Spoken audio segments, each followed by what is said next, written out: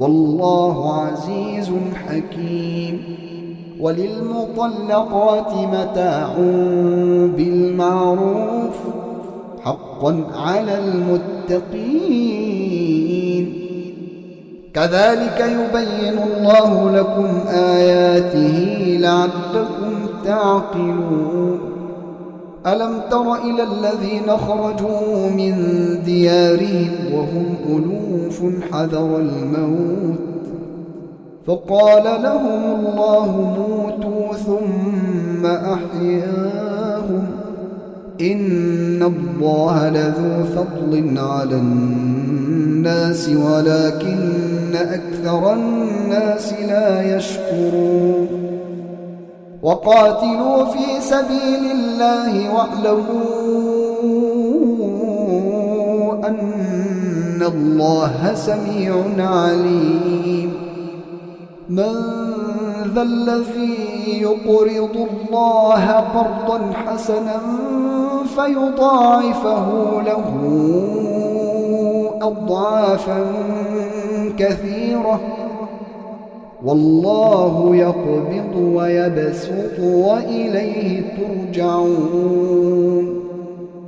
ألم تر إلى الملأ من بني إسرائيل من بعد موسى إذ قالوا لنبي له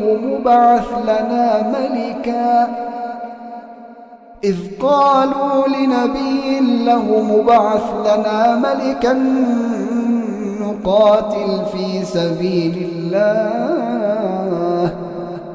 قال هل عسيتم إن كتب عليكم القتال ألا تقاتلوا؟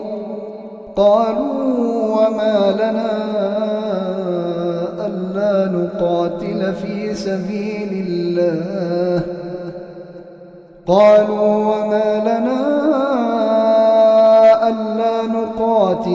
سبيل الله وقد أخرجنا من ديارنا وأبنائنا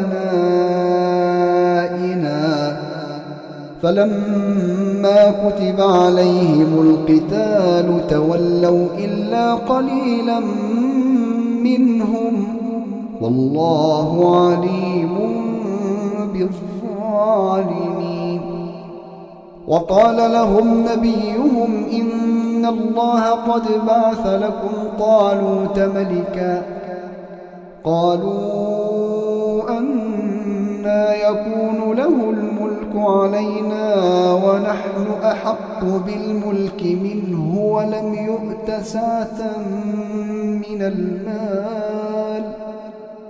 قال إن الله اصطفاه عليكم وزاده بسطة في العلم والجسم والله يؤتي ملكه من يشاء